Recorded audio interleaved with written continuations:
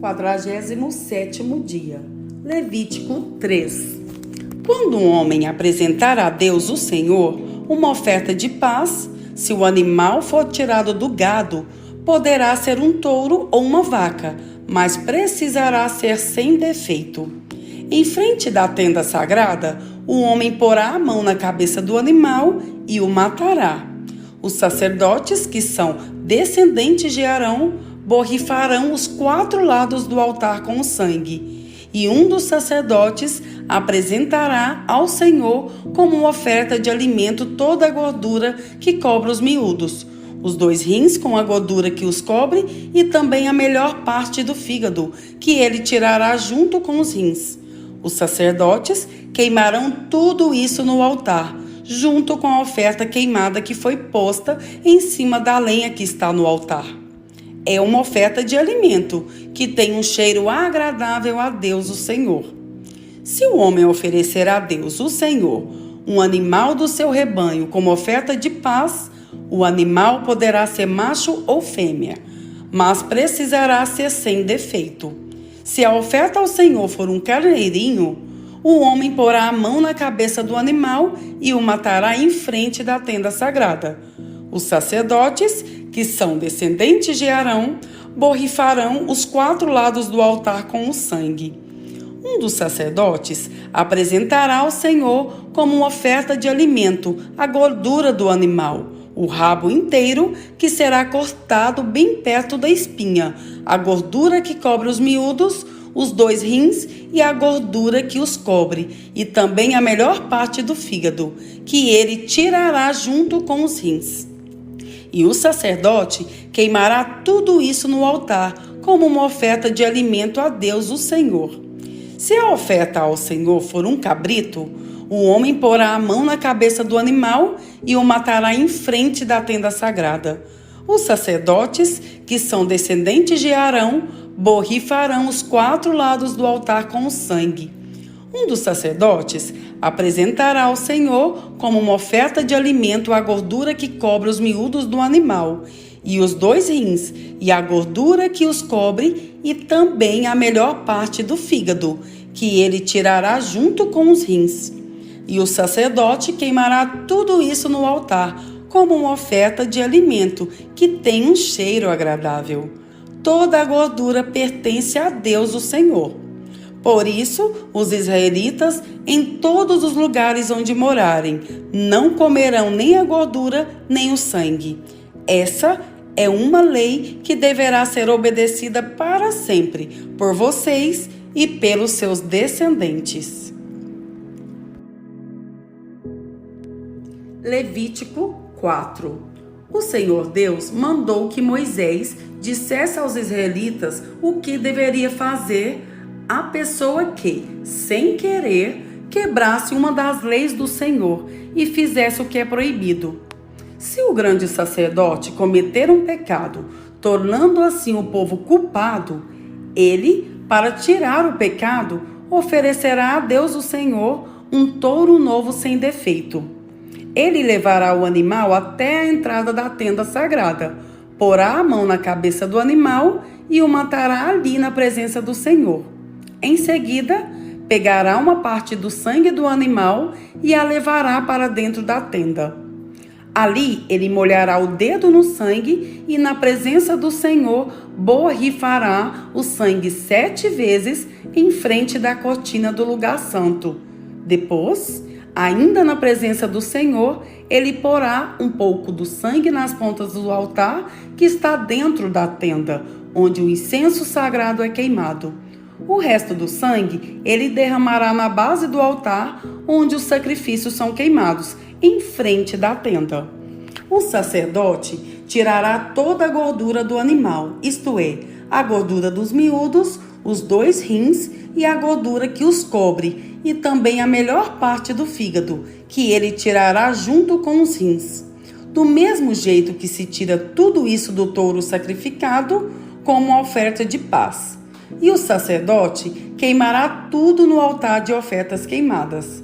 Mas ele pegará o couro do animal, a carne toda, a cabeça, as pernas, os miúdos e também os intestinos, e os levará para fora do acampamento, até um lugar puro, onde são jogadas as cinzas, e ali queimará o animal todo em cima da lenha. Pode acontecer que o povo todo, sem querer, quebre uma das leis de Deus, o Senhor, fazendo o que é proibido. Nesse caso, se forem culpados, sem saber que pecaram, logo que reconhecerem que pecaram, levarão um touro novo para oferecer em sacrifício, a fim de tirar o pecado, e o apresentarão em frente da tenda sagrada. Ali, na presença do Senhor, os líderes porão as mãos na cabeça do animal e o matarão. Depois, o grande sacerdote levará uma parte do sangue do animal para dentro da tenda. Ele molhará o dedo no sangue e, na presença do Senhor, borrifará o sangue 7 vezes em frente da cortina no lugar santo.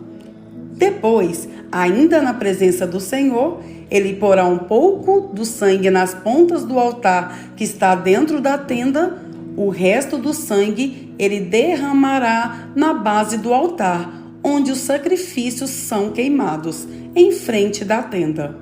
Em seguida, ele tirará toda a gordura do animal e queimará essa gordura no altar, e fará com esse animal o mesmo que fez com aquele que ele ofereceu para tirar o seu próprio pecado.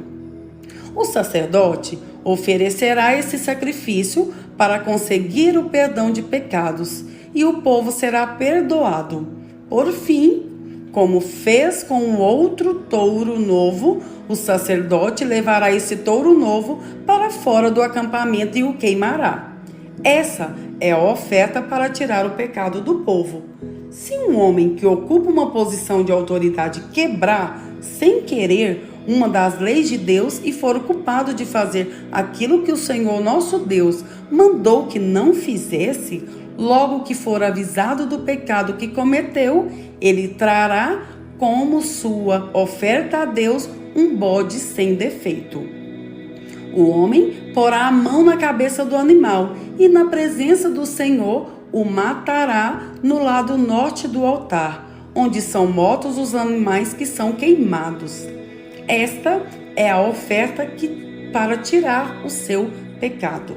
Então, o sacerdote molhará o dedo no sangue do animal e o porá nas pontas do altar, onde os animais são queimados, e derramará o resto do sangue na base do altar. Como no caso da oferta de paz, toda a gordura do bode será queimada no altar. Assim, o sacerdote oferecerá o sacrifício para conseguir o perdão de pecados, e o homem será perdoado. Se uma pessoa do povo, sem querer, quebrar uma dessas leis de Deus e for culpada de fazer aquilo que o Senhor proibiu, logo que for avisada de que cometeu o pecado, trará como sua oferta a Deus uma cabra sem defeito, para tirar o pecado que cometeu. A pessoa porá a mão na cabeça do animal e o matará no lado norte do altar, onde são mortos os animais que são queimados em sacrifício. O sacerdote molhará o dedo no sangue do animal e o porá nas pontas do altar, onde os animais são queimados, e derramará o resto do sangue na base do altar. Depois, ele tirará toda a gordura do animal e queimará essa gordura no altar, como costuma fazer a oferta de paz. O cheiro dessa oferta é agradável a Deus, o Senhor. Assim, o sacerdote oferecerá o sacrifício para conseguir o perdão de pecados, e a pessoa será perdoada. Se uma pessoa trouxer uma ovelha como oferta para tirar o seu pecado, o animal deverá ser sem defeito. Essa pessoa porá a mão na cabeça da ovelha e no lado norte do altar, onde são mortos os animais que são queimados, ela matará a ovelha como sacrifício para tirar o pecado. O sacerdote molhará o dedo no sangue da ovelha e o porá nas pontas do altar onde os animais são queimados, e derramará o resto do sangue na base do altar. Como costuma fazer com a oferta de paz, o sacerdote tirará toda a gordura da ovelha e queimará essa gordura no altar, em cima das ofertas que foram queimadas em sacrifícios a Deus o Senhor. Assim, o sacerdote oferecerá o sacrifício para conseguir o perdão de pecados, e a pessoa será perdoada. Marcos 3.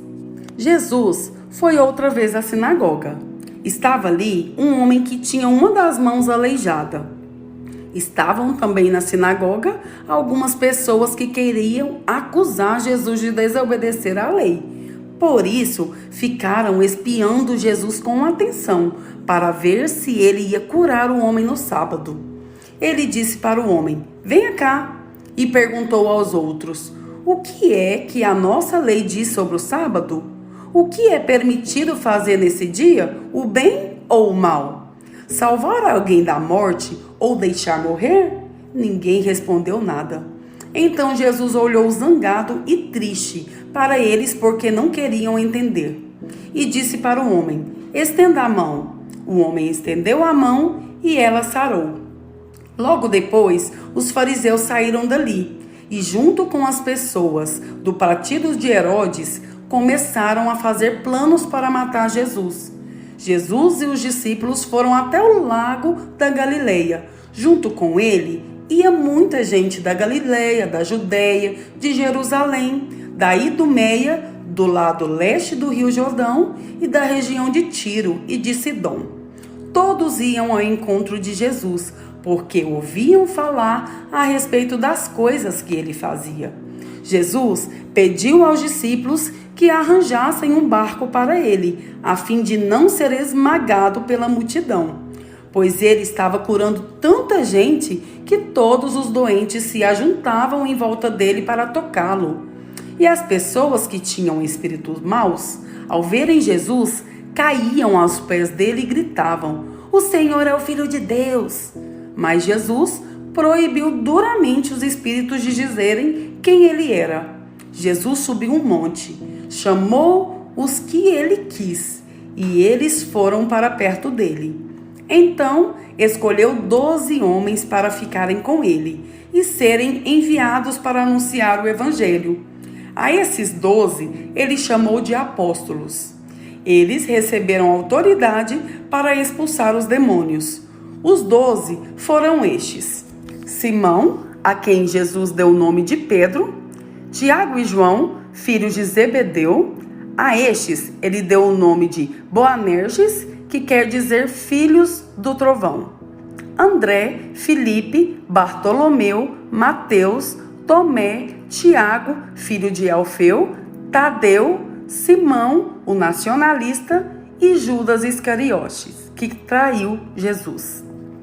Quando Jesus foi para casa, uma grande multidão se ajuntou de novo, e era tanta gente que ele e os discípulos não tinham tempo nem para comer. Os parentes de Jesus souberam disso e foram buscá-lo, porque algumas pessoas estavam dizendo que ele estava louco.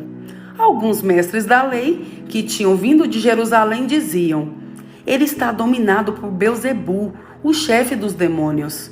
É Belzebu que dá poder a este homem para expulsar demônios."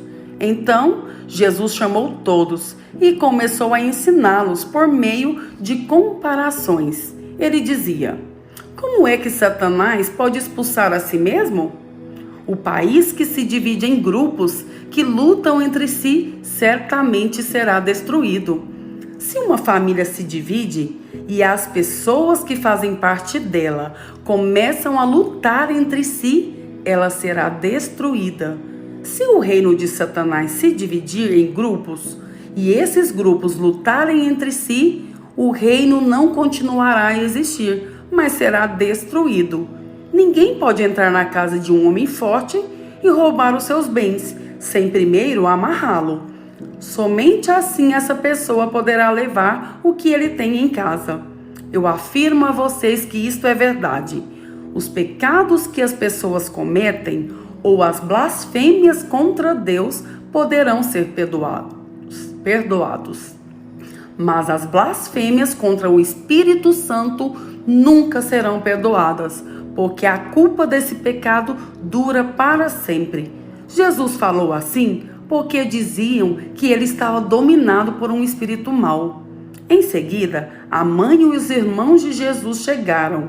Eles ficaram do lado de fora e mandaram chamá-lo. Muita gente estava sentada em volta dele e algumas pessoas lhe disseram: "Escute, a sua mãe e os seus irmãos estão lá fora procurando o Senhor." Jesus perguntou: "Quem é a minha mãe e quem são os meus irmãos?" Aí olhou para as pessoas que estavam sentadas em volta dele e disse: "Vejam, aqui estão a minha mãe e os meus irmãos. Pois quem faz a vontade de Deus é meu irmão, minha irmã e minha mãe."